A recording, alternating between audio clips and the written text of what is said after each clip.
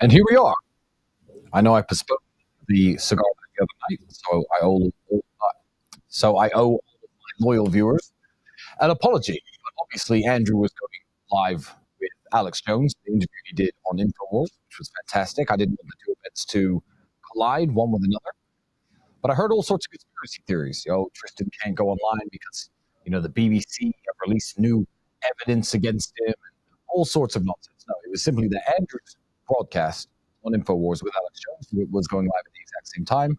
So I cancelled my much-awaited cigar evening to instead watch that with Andrew, and so as not to compete in terms of viewerships, because I know most of you who are watching this did watch that.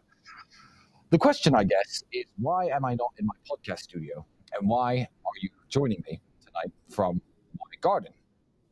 The reason is very simple, and I'm going to go into that after I speak about today's cigar. Now, today's cigar is actually going to remain a mystery. I'm not going to tell you what it is.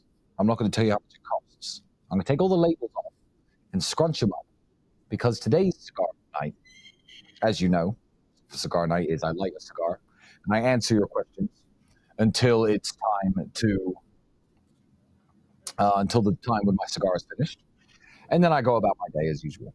But this cigar night is not about the cigar itself. It is about the lighter that I'm going to light it with.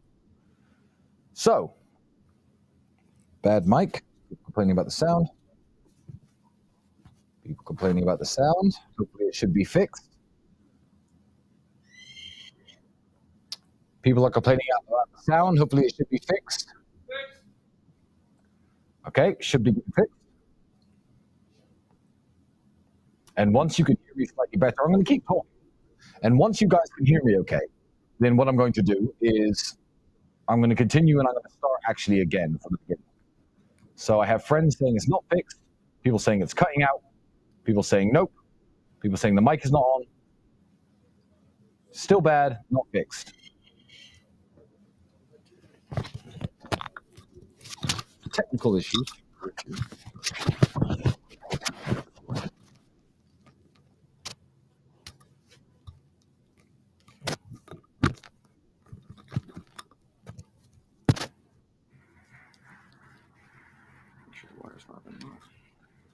Does that make a difference?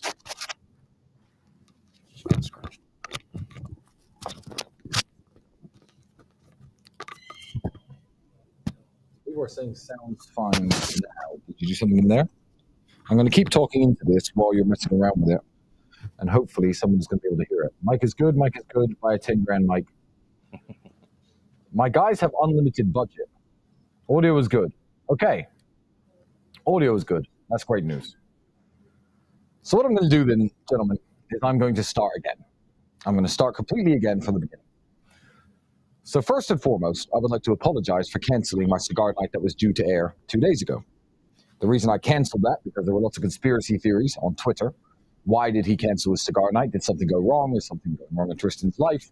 Has nothing to do with it at all. What happened was I got word from Alex Jones over at Infowars, who I will be speaking to very soon, that his interview with Andrew was about to go live on Infowars.com, banned.video. So I decided, as not to compete with the debut of the interview with Andrew and Alex Jones, and so I could watch and enjoy the interview myself, I decided to cancel the cigar evening and stay at home and sit in front of the TV and watch Alex Jones, who I absolutely like, absolutely love. Alex Jones is the man. Everyone's spamming broken mic, but people are also replying to the things that I had to say. So I'm going to take the mic out of my pocket, because when it was out of my pocket, people didn't complain so much. So maybe there's some magic in that. Okay, so anyway, enough people can hear me, you can hear me okay.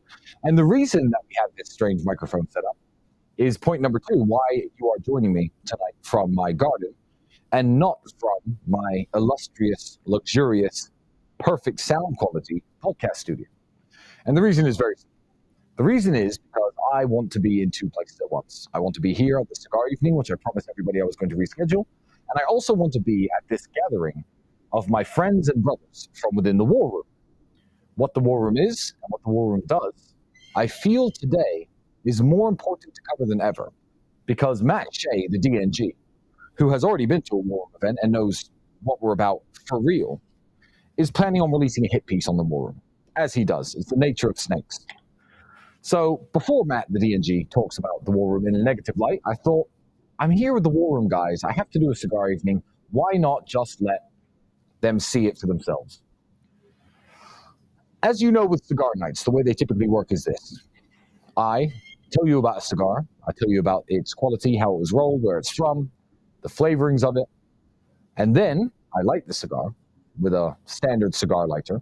And by the time the cigar is over, the cigar night's done, I go about my business and I'm finished answering your questions and bringing up the topics that you want to hear me speak about.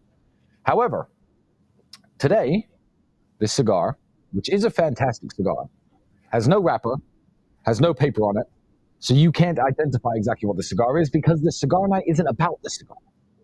You see, the cigar is not the main character of the cigar night. What is, however, is the lighter. I recently purchased a lighter. You can check the price yourself because the price varies from different countries. Made by DuPont. And it is a roulette wheel, complication white gold, ruby encrusted DuPont with a real spinning roulette wheel where every time I press it, you can probably hear it, even though the mic's bad, spins 26 black. It's your lucky number if you're gambling tonight. Again, 22 black. And I know what you're going to ask, and I'm going to get into this in a second. Tristan, why would you spend 55,000 American dollars on a lighter? Why did you buy it for? And the answer is very simple. To light my cigars. Because this, although it's an intricate piece of jewelry with a Swiss watch mechanism and rubies and jewels, etc., it also has this really cool feature where if you flick it, flames come out. And you can use that flame to light your cigarettes and cigars, which is what I'm going to do.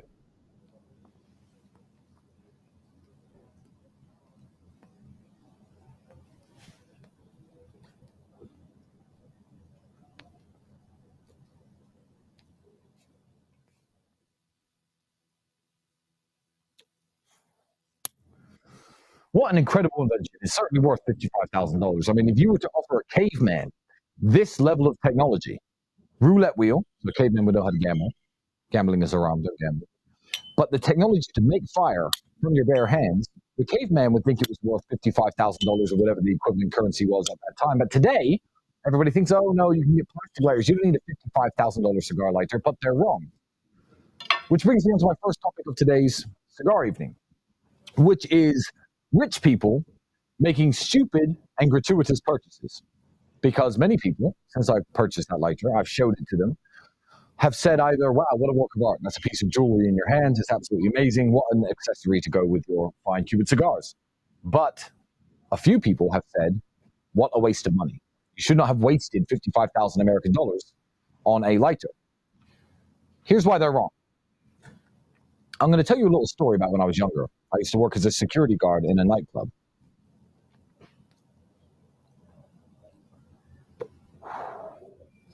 And I used to see rich people, or people with money to waste, go into that nightclub when I was making £100 a day, and they used to spend money on drinks and champagne upwards of 10, 20, 30,000 pounds. You know how people do it in London.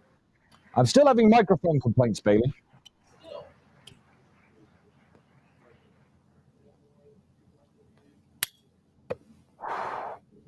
So now as I sit here as a 34-year-old man, everyone's saying shitty audio, fixed mic.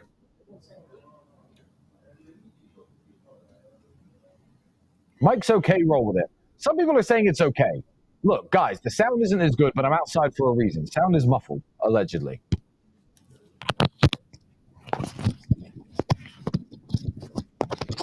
Hopefully that's better. If that's not better, everyone else can kiss my ass.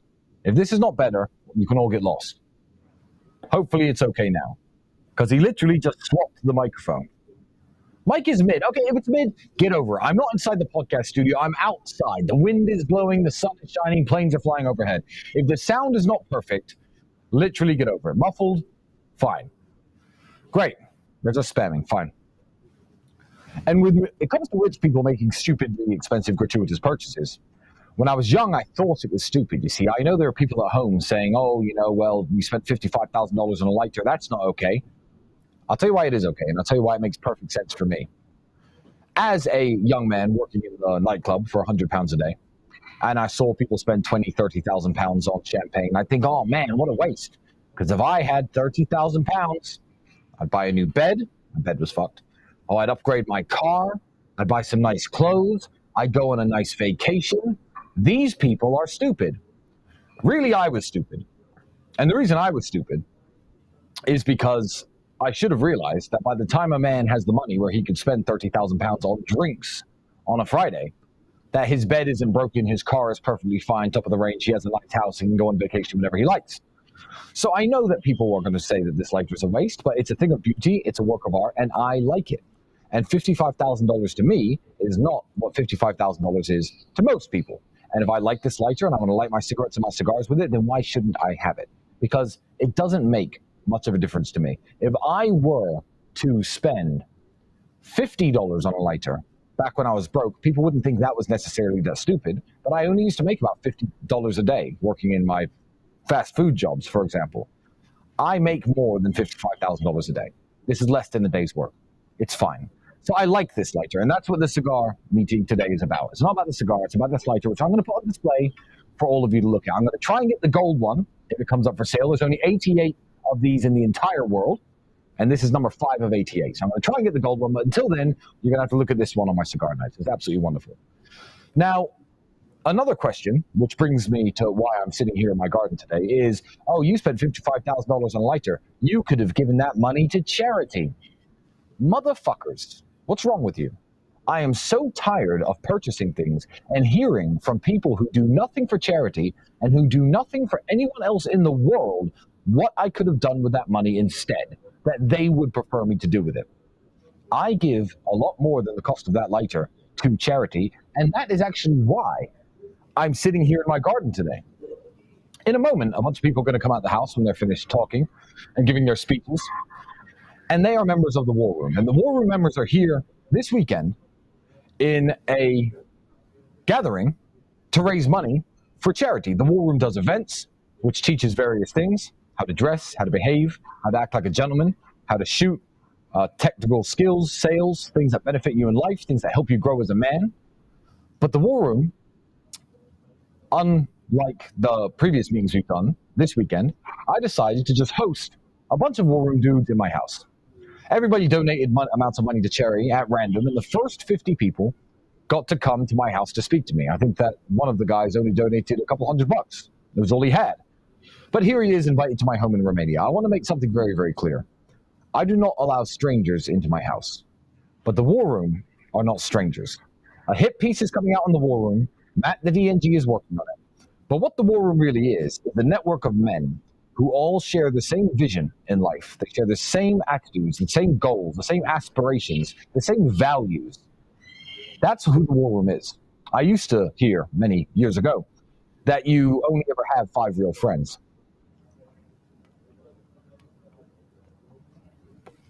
And I believed it. I believed that you were very lucky to find 5 real friends ever in your life. And the reason is because the world is not set up to make friends. If you're a man of value and integrity, you have to walk through the world, and by chance, every once in a while, when you meet a new man and meet a new guy, find that he shares the same values as you, and then take the opportunity to speak to him. You're not going to find people like that.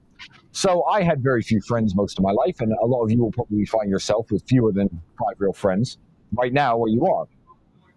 I have more than 100 friends. 100 men I could trust with my daughter, with my money, with business. I could let them borrow my cars. That's because these men I met from within the War Room. People ask me questions like, how did you and Justin Waller meet? Everyone loves Justin Waller. He's becoming more prominent on the internet. He's a big voice. And everyone's like, oh, you're friends with Justin Waller. Where did you meet him? Justin Waller joined the War Room, and now he is one of my best friends. And I have many friends, some I can name, some I cannot, who I've made friends because they've joined this organization. So the War Room is absolutely wonderful. Male relationships, platonic male friendships, are something that's lacking in this world today. It's something that the Matrix and the mass media try to belittle. They try to say isn't important. They try to make it gay, but it's not. Male companionship and male friendship is one of the most important things in any man's life. And if you lack it, you're not going to have a very happy, and fulfilled life. You can have all the women in the world. If you haven't got a friend or brother who's got your back when times get hard, you're going to struggle. So that's what the War Room really is and what the War Room is really about. So they're all here because they donated money to Tate Pledge. I would like you all to go to tatepledge.com because I'm not Mr. Producer. I don't have the ability to spam a bunch of videos here, but I'm sure we will in the next emergency meeting. But we've been doing some amazing work in Syria, some amazing work in Palestine, and the way that Tate Pledge works is very simple. It's not a charity that tries to make money because we have no CEO, we have no HR, we don't film TV commercials.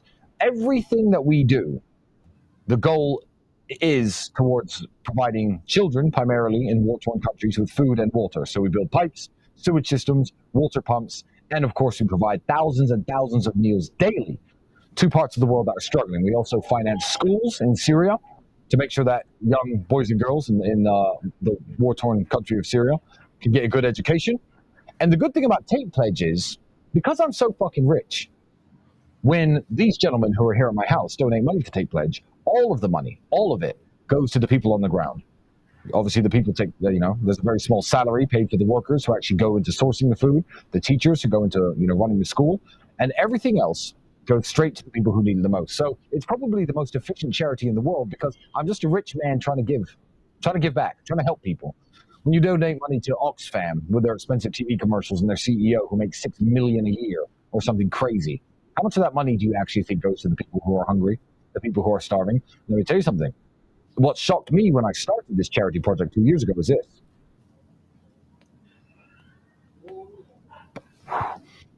I can't believe how cheap things are in the third world. We're sometimes providing meals, big meals that fill people's stomachs for 40 cents, 30 cents. Sometimes they're $1, sometimes they're $2. But when I think of all the billions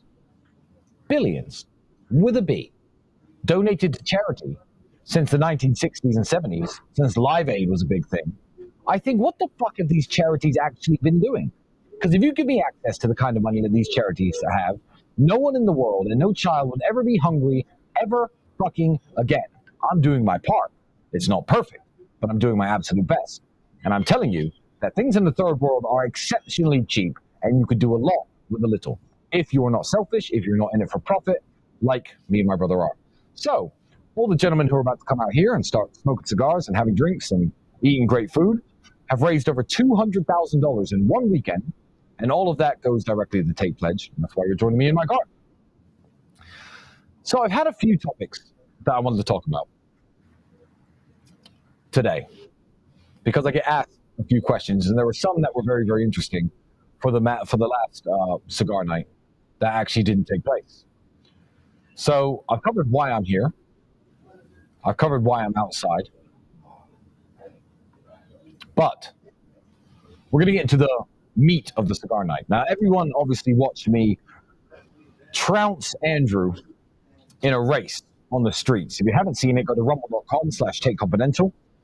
Me and Andrew engaged in a race where he took his $660,000 McLaren 765 LT. There's only about 800 of those in the world. The Romanian authorities, Cigar, have one of mine. I'm going to talk about them at the end of this podcast.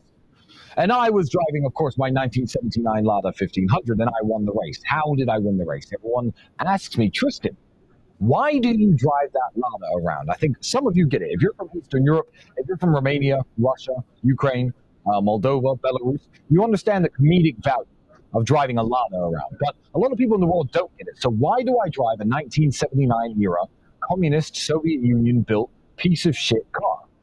I'm going to tell you why I do it. One, because I have every other car in the world, and I think it's special. And I'm going to tell you the reasons why it is special. Here's what you have to understand about business. Business works because of competition. That's the way the economy works in capitalism. This cigar, bad example. You'll laugh at me if you know why. This laptop is made by Apple. Apple is a company in California. Other companies make laptops. They all make their laptops. They try to make them cheaper and better and more efficient and faster with better features than other laptops at a lower price point. And the people who nail the quality for price point mark tend to win in competition. So my Lada was not built in a state of competition. Ford, Hyundai, Honda, BMW, Audi, Today in the car market, they're all competing one against each other. McLaren, they want to make a car that's faster, better, the best features, at the lowest possible price point so people can actually afford to buy it. And the companies that are the most successful at this stay in business, sell the most cars, and become the most popular. Where the Lada was built at a very different time. And this is why communism doesn't work. It was built in the Soviet Union. And the Soviet Union worked something like this. Okay, I'm the government who owns everything. There's no private companies. There's no private industry. I am the government. Our people need cars to drive. Propose to me some designs. Well, comrade, this is called a Lada. I can build these at the factory that's owned by the government. And it drives and it moves. Okay, good. That's a car. Make Ladas. The people in Russia drive Ladas. No choice, no competition, no foreign imports. That's the way it works. So it's actually a time capsule. I'm sitting next to it right here. It's right here in front of me. It's actually a time capsule to a completely different time in human history and civilization, which I don't think we're ever going to see ever again unless North Korea start producing motor vehicles, which they probably won't. So I like the Lada. I think it's very special. I think it's very unique, and that is the reason I drive it. I also drive it because I like it, and if you don't like it, then you could fuck off. But that brings me into competition, because competition is super important. And that is another aspect of the war room that people don't understand. Men need other men to compete against. The reason Ferraris and McLarens and Aston Martins are so fantastic is because these three companies are competing one against the other to provide the best, fastest possible car, the best product. You yourself need something to measure yourself against and somebody to compete against to become the best version of yourself. I will tell you right now, as rich as I am currently not the richest man in my house. There is a man here who is richer than me. He is a member of the war room. That makes me strive and want to be more successful. Yesterday, everybody here was doing some boxing.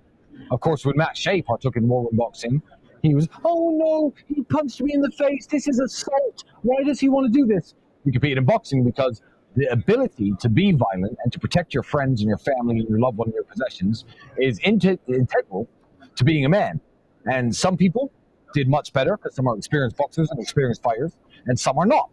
And those who are not today are promising us, as their group of friends, as their group of brothers, that they are going to do better in themselves. They're going to train harder. And when I see them again, they're going to do better. We have people who are striving in business, people who are inspired by me, people who are inspired by the guy who's here who's richer than me. I'm not going to say his name. And a few of the other people who are like, I'm going to be at the point you are if you give me. And if he's not, at him. Holding yourself accountable and competing with other men is super important to being an optimum man, an optimum human being, which is why McLarens are technically better than Ladas. See how I keto roped it back in. Skill. So competition between men is super important. That is another aspect of what we do in the war room. So these men's donations, how much they individually get pledged, have not been made public. But the top 10 donors have been congratulated.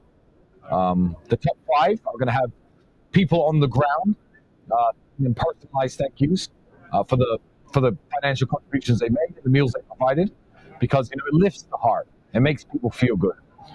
So, and the other people in the room are thinking, okay, well, I came here, I didn't donate that much money, but next time we run a fundraiser like this, we can expect to raise $250,000. $250,000 in a weekend to feed starving children. But that's not what people want to say about me, is it? That's not what the media want to say about me. So I'm going to talk about the main topic of today's cigar night, because I'm only going to be online for about 35, 40 minutes. It's not going to be as long as many of my others. I'm going to get to your super chats at the end. The big bombshell has dropped, ladies and gentlemen. If you trust the BBC, I'm going to tell you they actually got something right. The BBC got access to the case file, the indictment that was submitted to judges to say these men are human traffickers and these men are guilty. Now, this is a bombshell, ladies and gentlemen, and the BBC actually reported factually.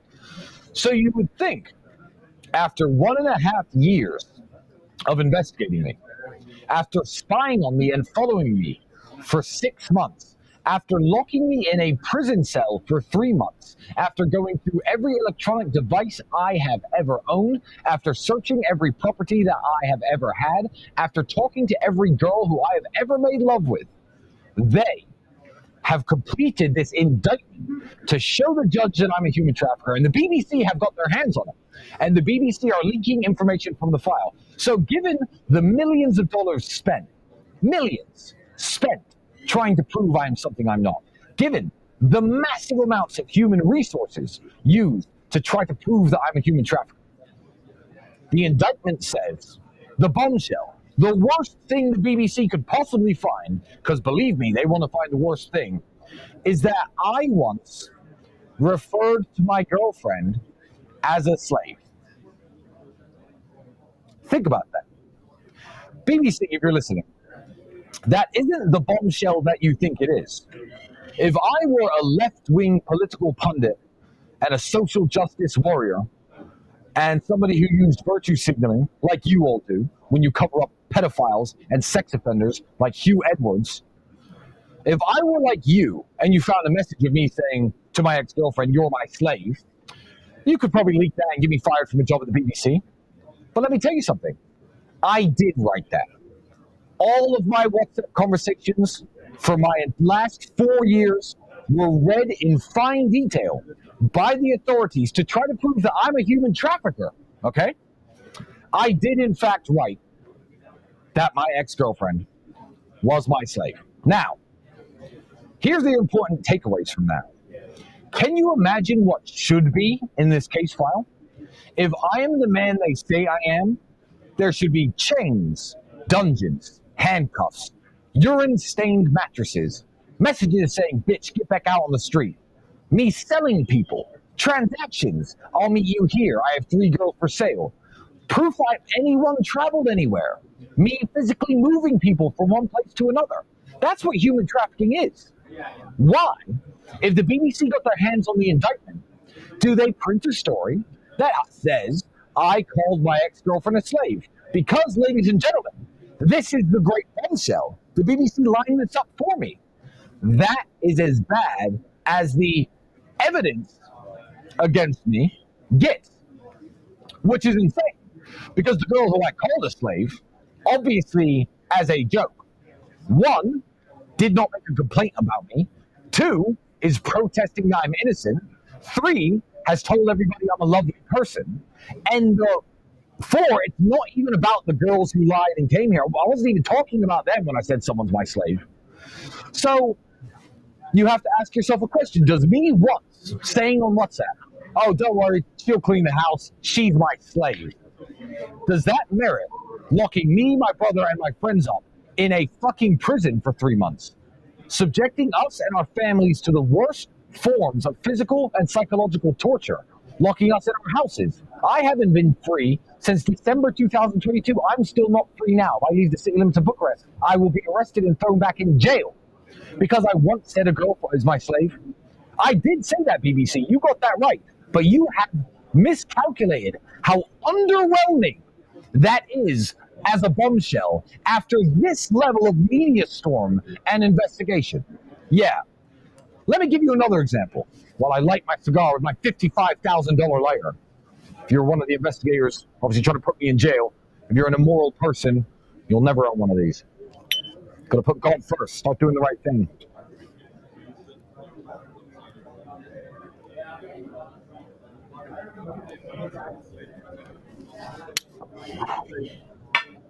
I had a conversation 1 week ago with the mother of my daughter. She sent me an image of my daughter drawing with crayons on the walls of the house. And I said, "Ha, I'll kill her when I get home." Now, I did say that. Cut it up, take it out of context as much as you like, spread it around the world. Because I said that, would you think it was prudent to spend millions of dollars investigating me for potentially being a homicidal child murderer? Would you think it prudent to take me and my brother and my friends and lock us in prison for month after month after month while you investigated the possibility that we run an organized criminal group that conspires to kill children? when no children are harmed, no children are murdered, no crime has ever taken place, but I did say in a message, I'll kill her when I get home. That is exactly the same as what has happened to me, ladies and gentlemen, because the core of the evidence, the piece of evidence that makes me look the worst, is me saying, ha, this girl's my slave. She'll clean the house. She's my slave.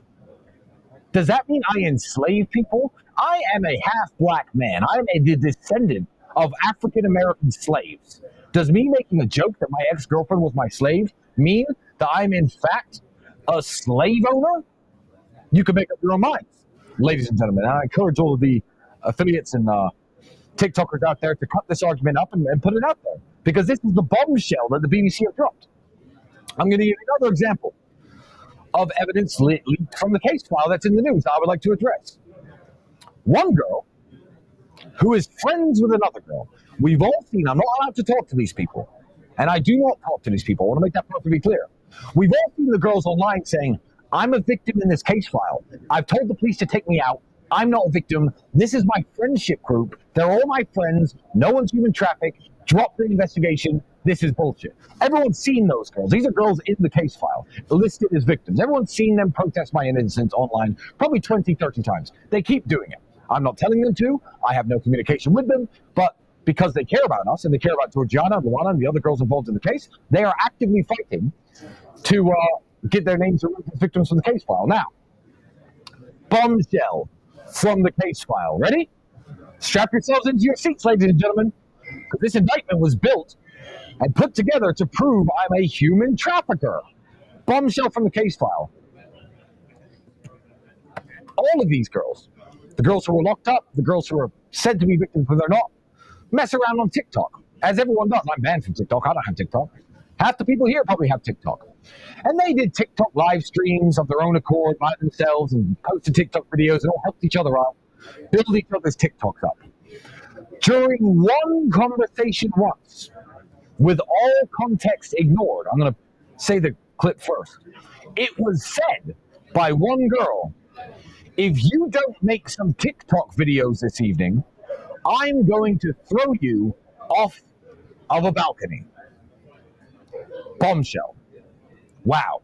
I guess Tristan Tate is a human trafficker. That is the second bombshell taken from this indictment. Now, I know that when girl A typed that to girl B read it and went, ha ha ha, she's so funny. I know that she was not actually seriously thinking that she was threatened of being thrown off of a balcony. Ladies and gentlemen, the house she lives in has no balcony. But that, again, is another bombshell from the file. So when the BBC think it's fun to leak tiny bits of information, by the way, the full conversation, which wasn't submitted to the judge in the indictment, they only posted that little one line. Full conversation was, hey, babe, how you doing? Oh, I'm good, babe. How are you doing? I'm fine. I was making TikTok videos today. Yeah, 6 o'clock is the best time to post. Oh, I didn't make any TikTok videos today. Oh, well, haha, you're lazy. If you don't make any, I'll throw you off the balcony. That was the full conversation, by the way, which is in the case files, but not in the indictment, because obviously they're trying to make me look guilty. So that is the second bombshell. Can you imagine if you found a real human trafficker, what would be in that case file? Can you imagine? Think about it. Someone who kidnaps, sells, and traffics women. What would be in the indictment for the judge to look at? So although the BBC and a bunch of these stupid news organizations, the MSN, the fake news, think they're very clever by leaking these tiny bits of the case to try to make me look guilty, let me explain something to them. You know who else looked at my indictment? Judges. Honorable, stand-up judges. Educated judges who understand law, who understand what a crime is, who definitely understand what a joke is. And every time a prominent Romanian judge has looked at the indictment, at least one of them, if not both of them, have voted to release me and loosen my restrictions. If there was evidence in that indictment that I was actually, in fact, a human trafficker, that would not be the case, and it shouldn't be the case, because human traffickers belong in jail. So, Matt Shea, the DNG, is working on a new hit piece about me. Bombshell from the case file. I called my ex-girlfriend a slave once. Oh my God, lock me up. We'll be there. Amongst the usual, probably fake witnesses, faces blacked out. I'm going to guess there's going to be a bunch of fake screenshots in there.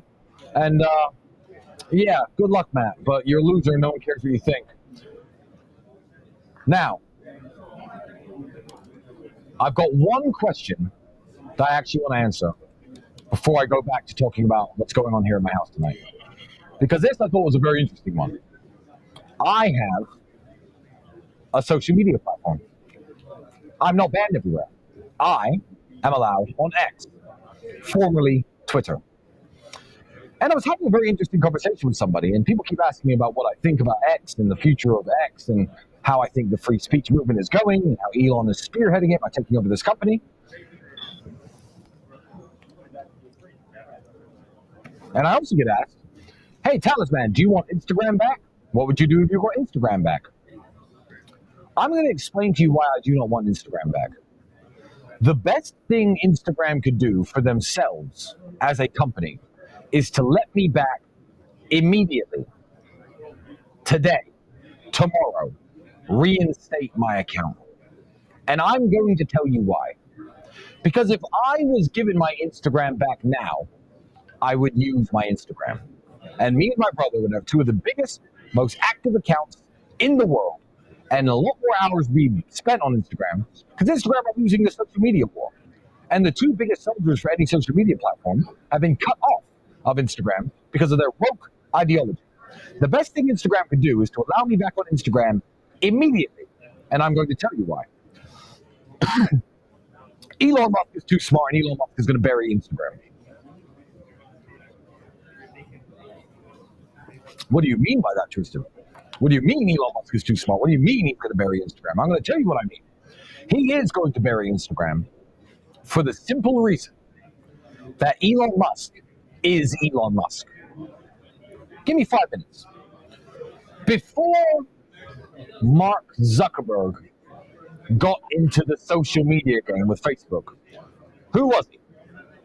He was a guy who built websites. Some guy in college who built websites. Jack from Twitter, that guy from MySpace, forgot his name, Tom. Who were they? Guys who could build websites. And they built these websites. The websites took off. They were some of the first things, I guess, to go viral. Do you have a Facebook profile? Do you? Oh, I do. And they spread around the world. These people making billions of dollars in the process. Billions. But they are just guys who build websites. I have not seen a single thing from any of these men besides their initial websites that has impressed me at all. Remember Mark Zuckerberg's metaverse?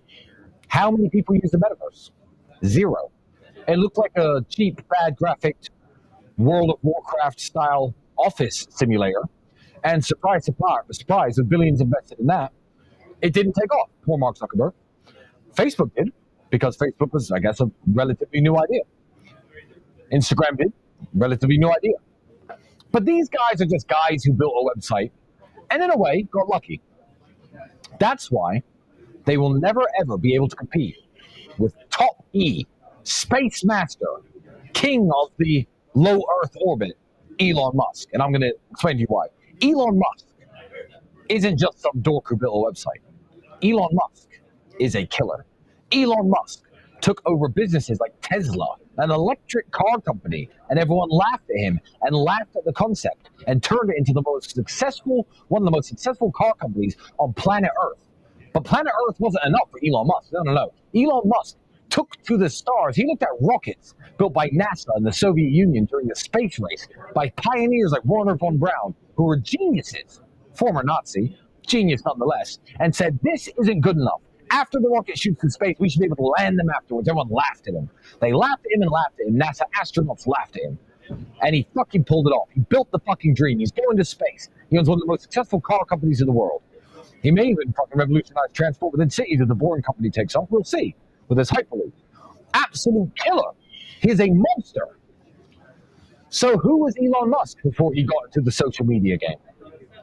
Elon Musk was Elon Musk. And now he's taken over a social media platform. This isn't some dork who built a site. This is arguably the smartest man on the planet. Because I believe intellect alone isn't enough. I believe intellect applied proves intelligence. Oh, this kid has an IQ of 170. Great. What have they done? Nothing? Stephen Hawking hated people bragging about their IQ. I don't even know what Elon Musk's IQ is. I imagine it's high enough. But he has applied intellect and become the most successful man on earth. You can't argue with results. If you knew better, you do better. Elon Musk is the smartest man alive, as far as I'm concerned. And he now runs X. Let me tell you something. Instagram for banning me. YouTube. All of you people for banning me. I think your time is limited.